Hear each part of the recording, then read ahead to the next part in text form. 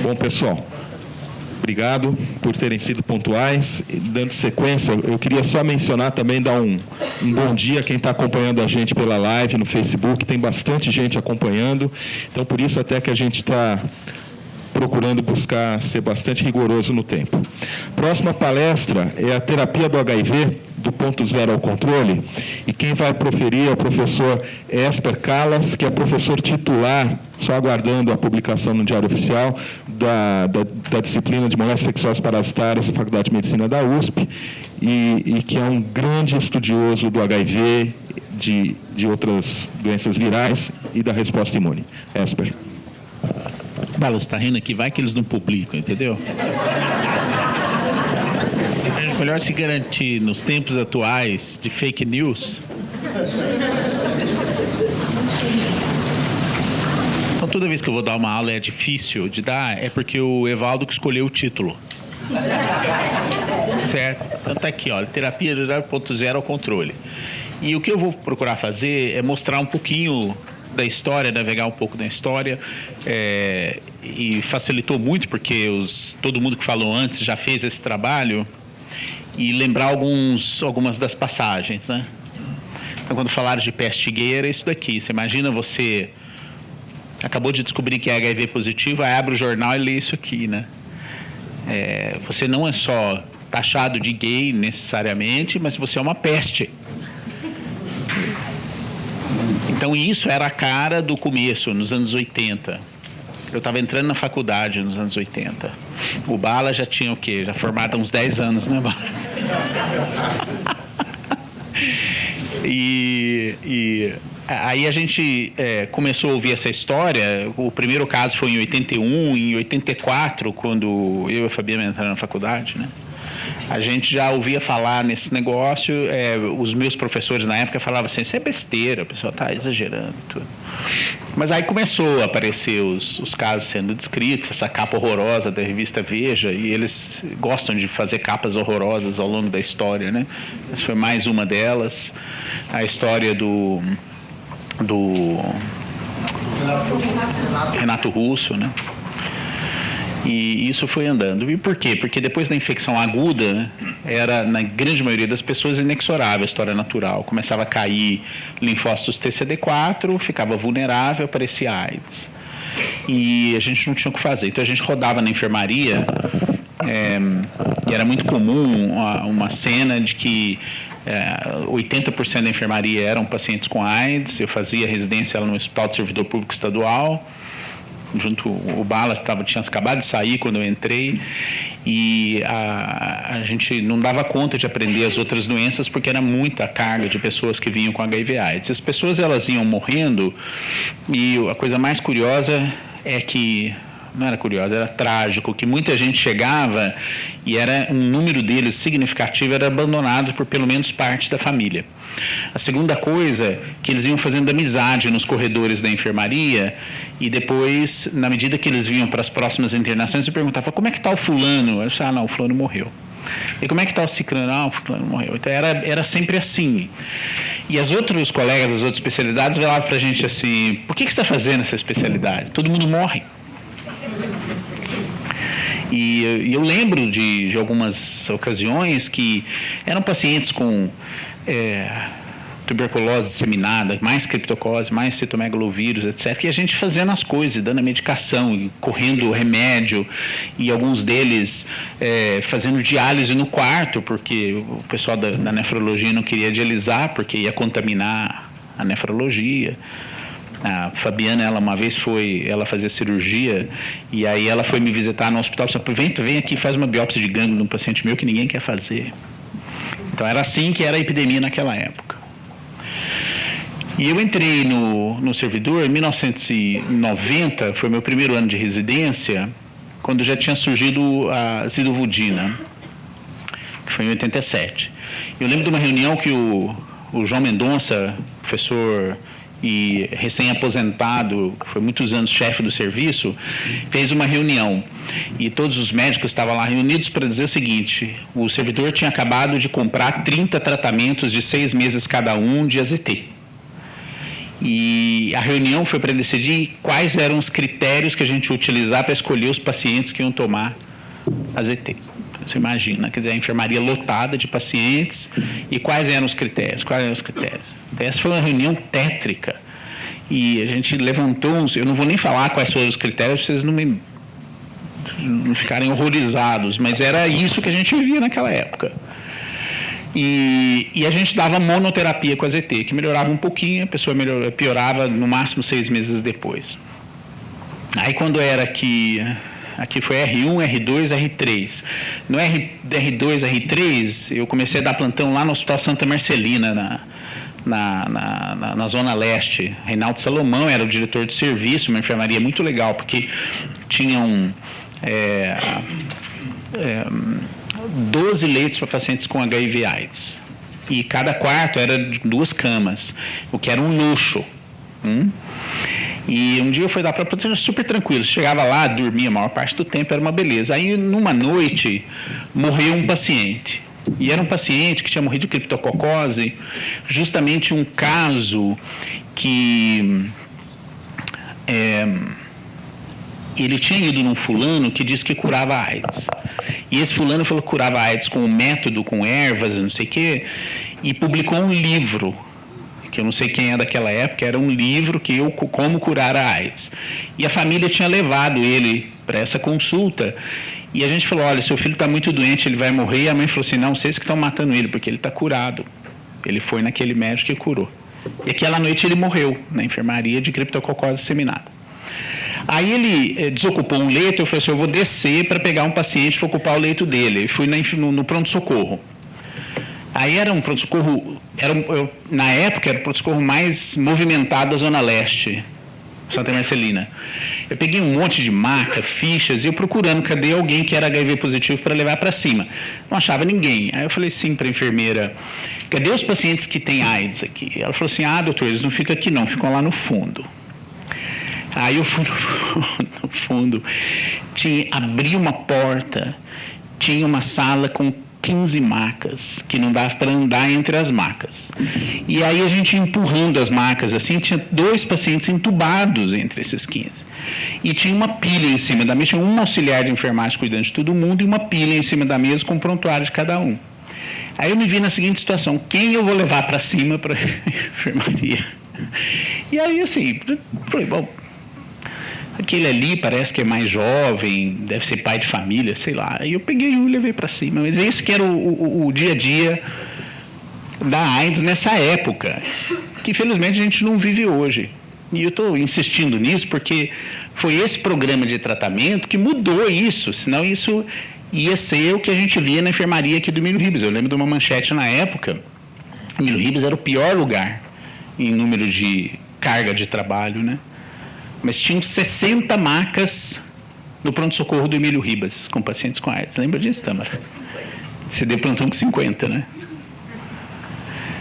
E aí foram aparecendo, os novos tratamentos aqui, DDI, vocês nem sabem o que é isso, né? DDC, stavudina, que deixou muita lipodistrofia pelo caminho. Aí apareceu a lamivudina. Quando apareceu a lamivudina, a coisa começou a melhorar um pouquinho. Porque aí a gente começou a dar AZT junto com lamivudina, aí a coisa começou a pegar um pouco melhor. Então, em vez de 6 meses de efeito, já durava mais ou menos 1 ano, 2 anos. E algumas pessoas seguraram o tratamento com terapia dupla, com lamivudina e AZT. E aí apareceu o primeiro inibidor de protease. Esse inibidor de protease era muito difícil de ser tomado, tinha restrições dietéticas, então acabou que o acesso era muito difícil. E a coisa aqui começou a dar sinais de que estava mudando o caminho. E tudo mudou aqui, 96, 97, 98. Quem viveu essa época, e eu tinha acabado a residência fazia pouco tempo, muitos de nós aqui na frente estavam numa situação semelhante, viu uma revolução. E essa revolução foi um desafio enorme, porque a gente não sabia o que fazer. Você via pessoas que você já tinha dado como esse paciente vai morrer, está chegando um remédio, o que você faz? vai ou não vai? Corra atrás ou não corra atrás? Ele tem que fazer o esforço ou não fazer o esforço? Tem que sair brigando com todo mundo para arrumar um remédio ou não tem? Mas tem outro que está um pouco melhor que está atrás. E o remédio não vai dar para todo mundo. Então, a gente viveu uma ansiedade enorme nessa época. E aí começaram a aparecer os tratamentos de alta eficácia que inauguraram uma era. A gente parou de ver as pessoas morrendo de AIDS do jeito que vinha.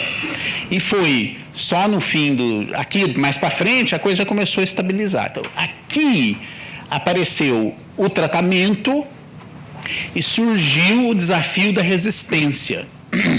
A gente começou isso aqui vai ficar resistente, vamos fazer teste de genotipagem, as reuniões intermináveis de genotipagem, a mutação L51V, N184, não sei o que lá, e era tudo isso para discutir aqui. E a gente viveu também que nessa época, quando inaugurou o fornecimento dos remédios antirretrovirais, um boom da indústria farmacêutica em cima da prática da infectologia aqui no Brasil. Era assim, reunião para todo lado, e era reunião da Abbott, da Merck, da Bristol, da não sei o que, da Gilead, Roche, e aí um brigando com o outro, e congressos, sortiu. Teve um congresso aqui no Brasil em 1990, eu tenho vergonha de falar isso. Em 2001, teve um congresso que sorteou um carro para quem ia na sessão. Bom, aí foi passando. As resistências ainda eram um problema aqui nessa época, a gente tinha as novas medicações vindo com a promessa de combater a resistência. Mas o que isso fez foi isso. Em 1998, o primeiro trabalho, New England Journal of Medicine, olha aqui, ó, o uso de inibidores de protease começou a aumentar, o que aconteceu com as mortes? Elas despencaram. Então, essa revolução foi fantástica. E aqui no Brasil, muito já se falou, mas em 1986 foi criado o Programa Nacional. E o Programa Nacional foi um esforço de muita gente. Em especial da Lair Guerra de Macedo, que é uma biomédica, não é médica, biomédica, nascida no Piauí, educada em Pernambuco. E uma vez eu fui visitar, logo que tinha voltado do meu doutorado fora, em 98, o Ministério. E dava para ver claramente que eu tinha subido nos outros andares, que eu tinha visitado a CONEP para perguntar alguma coisa, mas o Ministério, os andares todos, era tudo vazio. Mas chegava na sobreloja, que era o programa, não dava para andar sem esbarrar nas pessoas. E dava para perceber que as pessoas estavam ali também lutando pela vida.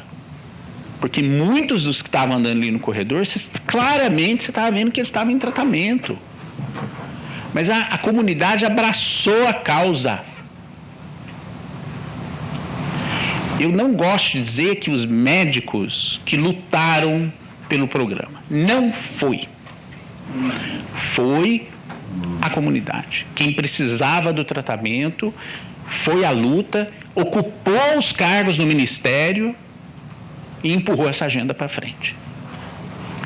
Aí, em 1996, teve a Conferência de Vancouver, que lá apresentou o David Ho. Essa conferência, estávamos nós dois, que nós chegamos lá porque eu estava indo fazer o doutorado fora, e a primeira parada foi aquela conferência. Essa conferência foi feita no Canadá e mudou a história do tratamento. Ela foi muito emotiva, do começo até o final. E na palestra do David Ho, quando ele apresentou os dados, pela primeira vez estava se controlando a multiplicação do vírus, se criou uma euforia enorme. Porque talvez fosse possível definitivamente reverter a mortalidade causada pela AIDS. E foi graças à ação da sociedade civil, do programa brasileiro, e uma ação inusitada nos políticos aqui no Brasil, que mudou-se a história com o decreto de 96. Vocês querem conhecer essa história do decreto de 96? Pergunta para o Davi Wippe contar. As histórias das brigas que ele teve com o Zé Serra e com outras pessoas para tentar jogar essa agenda. Ele tem uma história fantástica. E todo mundo daquela época que fez pressão para convencer os políticos brasileiros que era importante aprovar isso na época do Fernando Henrique. Quem assinou a lei no Congresso para remeter para aprovação foi o José Sarney. Então, em 1997, começou a implementação do programa. Essa foto aqui é da Rose, uma das enfermeiras, ela é lá do Belo Efegre, na Unifesp. Então, esses aqui são os remédios que eram distribuídos na época. Olha a caixa do Fusion, lembra do T20? Deixa eu ver. Bom, é fake, né? Está vivo. Então, aqui, olha, as drogas, depois daquela época, começaram a partir por um aprimoramento, e aqui eu considero que uma outra revolução veio com o aparecimento dos inibidores de integrase. Então, hoje, com o advento, especialmente do dolutegravir, que é adotado no programa, a gente está vivendo uma outra era. A gente se preocupa cada vez menos com resistência. Você dá remédios que praticamente não têm efeitos colaterais comparado com os anteriores. A aceitação, a adesão é formidável. Nós estamos tendo gente que, aqui no estado, passamos já há alguns anos, 90% de indetectáveis naqueles que estão em tratamento dentro do sistema. E o que está acontecendo é que a sobrevida das pessoas está melhorando. Olha, quando se fazia o diagnóstico de infecção pelo HIV aos 20 anos de idade, em 1996, a sobrevida estimada era de 19 anos mais só. Certo? Hoje, ela está aproximando da idade normal.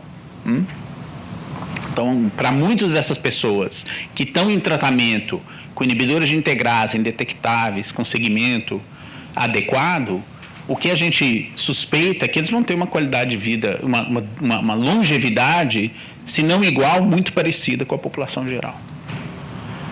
Bom, graças a esses novos métodos de prevenção, Rico aqui salientou na aula dele, abriu-se uma perspectiva a partir de 2012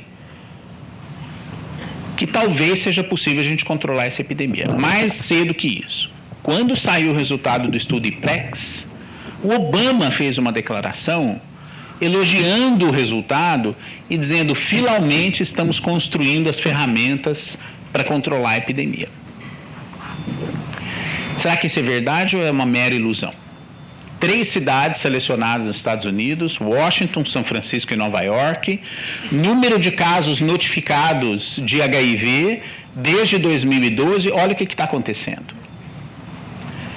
Salienta-se que são 3 cidades que têm uma ação social mais intensa na média das cidades americanas. Mas isso é a demonstração clara de que o tratamento como prevenção e a PrEP trouxeram uma nova perspectiva que, quem sabe, a gente consegue controlar. Tanto assim que o governo Donald Trump, no State of the Union, que é aquele discurso que é anual que ele faz no Congresso, anunciou o plano de acabar as novas transmissões pelo HIV nos Estados Unidos em 2030. E isso foi recebido, por um lado, com muito ceticismo por muitos especialistas, mas, por outro lado, isso é um exemplo que pode, quem sabe, iluminar o que nós temos à frente aqui no Brasil. Porque a gente tem, eu pelo menos, tenho que confessar com vocês, eu tenho uma certa apreensão com o que pode acontecer nos próximos anos, com essa mudança de administração aqui no Brasil. Às vezes a gente se é atropelado com algumas posições mais conservadoras, que vão contra o conhecimento científico que a gente construiu. Porém, quem sabe uma referência que para a administração atual sirva também para nos inspirar a fazer algo parecido. Por quê? Porque se mesmo nesse contexto que existe nos Estados Unidos em saúde pública, está se pensando em erradicar novas transmissões, por que a gente não pode trazer essa agenda e discutir isso aqui também? Então, o plano deles é qual? Diagnosticar todo mundo, tratar todo mundo o mais cedo possível, proteger as pessoas sob risco, aqui eles fazem uma referência específica à PrEP, responder rapidamente aos clusters, que é onde está tendo a transmissão, e isso aqui são os grupos de alta vulnerabilidade, e aqui criar forças-tarefas para estabelecer times de eliminação de vírus nos focos mais intensos. Isso é tudo que a gente sonhou, né? Então, quem sabe a gente consegue, inspirado por essa agenda proposta, nos Estados Unidos, fazer algo parecido aqui.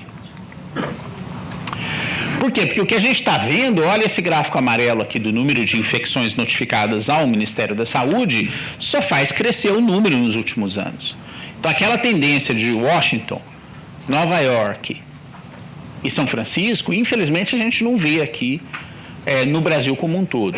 É claro que aqui adiciona-se o viés que, com a melhora do tratamento antirretroviral e a implementação do sistema de notificação de infecções pelo HIV, teve uma forçada nessa curva. Mas nos últimos poucos anos mais recentes, a gente ainda vê essa tendência. Então, a gente tem que ter cautela para analisar esse resultado, mas aqui ainda não está caindo. E mais do que isso, se demora trabalheiro, eu tive que botar os dados na planilha de Excel, viu? Vocês precisam deixar isso pronto para nós. Esse é o número de casos de AIDS, Brasil, e aqui é o número de mortes. Olha o que está acontecendo com as mortes. Elas não estão mudando. A gente tem 12 mil pessoas morrendo todos os anos. A gente tem um desafio enorme aqui, ainda tem esse problema grave para resolver aqui no Brasil. Mas o que chama a atenção foi uma coisa que a Maria Amélia já mostrou, é que essa desigualdade, e parabéns ao programa estadual, Estado de São Paulo, que é quem é o carro-chefe da queda de número de AIDS e novas infecções pelo HIV no Brasil. Não fosse o Estado de São Paulo, a gente não estaria comemorando uma queda no Brasil de número de novas infecções e casos de AIDS. Então, esse programa aqui merece minha admiração enorme. Eu gosto de repetir isso publicamente sempre que eu posso. Como é que a gente trata?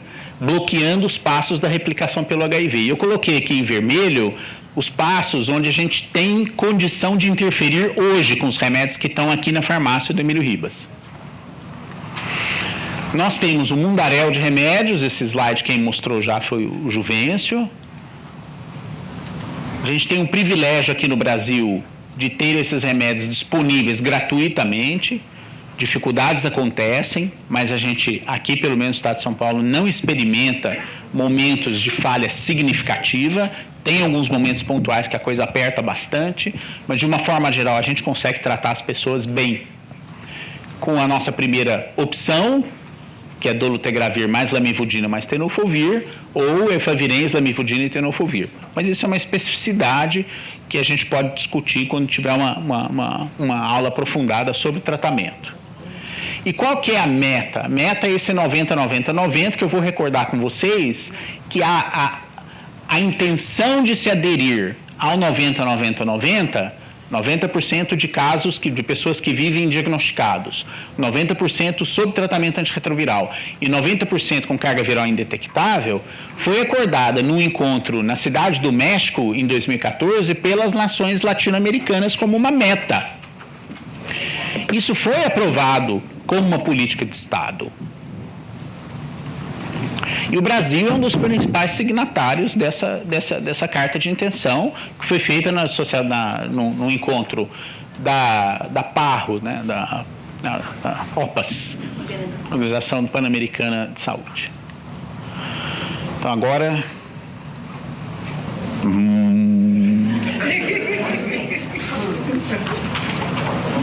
Então, eu acho que o que vai mudar, tratamento é anticorpo. Anticorpo que é dirigido às proteínas da superfície pelo vírus. Tem vários candidatos que já estão em teste. E qual que é a forma de você usar anticorpo? Você pode usar ele tanto para tratar, substituir pelo remédio, mas também servir uma barreira de entrada do vírus na célula. Então, tem vários estudos que estão em andamento, um estudo fase 3, 2 estudos fase 3 nas Américas e na África, usando a primeira geração de anticorpos chamado VRC01, mas essa é só a primeira geração. Eu acho que o VRC01 é somente o AZT dos anticorpos. A gente vai acabar vendo muitas outras coisas. E aqui, eu queria chamar a atenção de vocês para um pesquisador chamado Michel Nussenswein, que é brasileiro. Ele é filho de 2 alunos da Faculdade de Medicina, da USP, a Ruth e o Vitor. A Ruth, infelizmente, faleceu há pouco tempo. Ela trabalhou muito em vacina contra a malária. E o Vitor ainda trabalha na New York University. Ele está aposentado, é professor sênior. E tem a história curiosa que os 2 se casaram na biblioteca da Faculdade de Medicina da USP.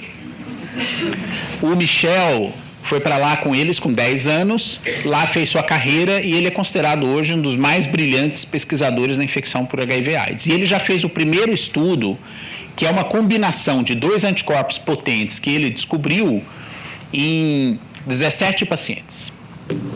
Desses 17 pacientes, todo mundo antirretroviral, carga viral indetectável, eles suspenderam o tratamento depois de dar o remédio. 1/3 deles estão mantendo carga viral indetectável quando tem níveis circulantes desses 2 anticorpos, e isso por vários meses. Só que 2 desses pacientes, o nível circulante de anticorpos já acabou, o anticorpo está indetectável e o vírus não voltou ainda. Então, eu acho que isso vai abrir uma perspectiva, número 1, de fazer tratamento supressivo por vários meses. Então, imagina só, um paciente nosso toma uma injeção a cada 4 meses, uma injeção a cada 6 meses. Ou a perspectiva de supressão a mais longo prazo. Quem sabe a gente começa a sonhar com umas coisas malucas por aí. Esses anticorpos são vários deles, e um deles, o ideal seria que suprimisse 100% das cepas de HIV a uma potência super alta. E outras coisas que estão aparecendo aqui, vai ser só ficção científica daqui para frente. Por enquanto, terapias celulares com leucócitos ex vivo ou in vivo, que vão destruir células infectadas pelo HIV. Então, você seleciona essas células tronco aqui, porque o problema é que muitas das vezes as próprias células tronco do nosso sistema de defesa já estão comprometidas com a infecção viral. Será que a gente pode fazer um gene protetor, colocar em algumas dessas células e dar para as pessoas? E com isso controlar a infecção pelo HIV? Será que a gente consegue fazer terapia gênica, fazendo o mesmo efeito dos antirretrovirais nos vários passos da replicação? E há várias formas da gente editar genes agora. A mais famosa delas é o tal do CRISPR-Cas9, que foi, aliás, motivo de manchete no mundo inteiro daquele pesquisador chinês que pegou uma mãe chinesa, modificou o gene do filho, tirando o CCR5, com CRISPR. E isso, ele está preso hoje pelo governo chinês. Mas isso aqui é uma coisa que é inevitável. Com o tempo, essas terapias elas vão tomar a prática. E uma delas já ganhou um New England com a tentativa de editar o CCR5 em pessoas que vivem com HIV por Carl June, que ele fez um trabalho e mostrou que por um tempo ele mantinha as células CD4 dessas pessoas circulando sem o CCR5 e, portanto, resistentes ao HIV. E por que não pensar em imunoterapia? A revolução que teve imunoterapia com anticorpos e bloqueadores de pontos de checagem passou pelo câncer já há muitos anos atrás, numa época que muito do pensamento crítico falava que isso aqui era cético, falava que isso aqui não ia dar certo. E hoje a imunoterapia está tomando conta do tratamento da infecção das neoplasias. Então, acho que era... Isso aqui também tem as células CAR, que é os receptores antigênicos quiméricos. Você tira a célula da pessoa, modifica o receptor, devolve para dentro com especificidades diferentes, células TCD8, para eliminar células infectadas pelo HIV. Então, é isso que você faz. Tira a célula, modifica, coloca de volta para exercer o efeito. Então, quem sabe a gente consegue essas células pluripotentes atuar contra o HIV e resistentes à infecção. Então, eu queria encerrar minha aula aqui, agradecer a todos e reforçar que o que a gente conquistou até hoje é inegociável, na minha opinião. A gente tem que lutar para manter esse plano e ampliá-lo. Porque daqui a pouco, com o avanço que está tendo, e eu tenho esperança que a gente tenha novidades muito em breve, a gente tem que manter a vanguarda do programa brasileiro que a gente construiu durante todos esses anos. Desde a década de 80, 90, quando ele era muito ainda embrionário, até hoje. E se a gente não tiver uma atuação incisiva, de discussão, trazer a comunidade para participar desse embate junto conosco, a gente não vai ter sucesso. Então, esse é o meu desejo. Só para terminar, fazer uma propaganda do nosso curso de patogênese, que vai ser de 10 a 17 de abril. A gente vai discutir muito esses assuntos de vanguarda na ciência. Temos 27 convidados internacionais já convidados para vir aqui. E é um curso gratuito, então você entra no site, faça a inscrição, baixe o aplicativo. Muito obrigado.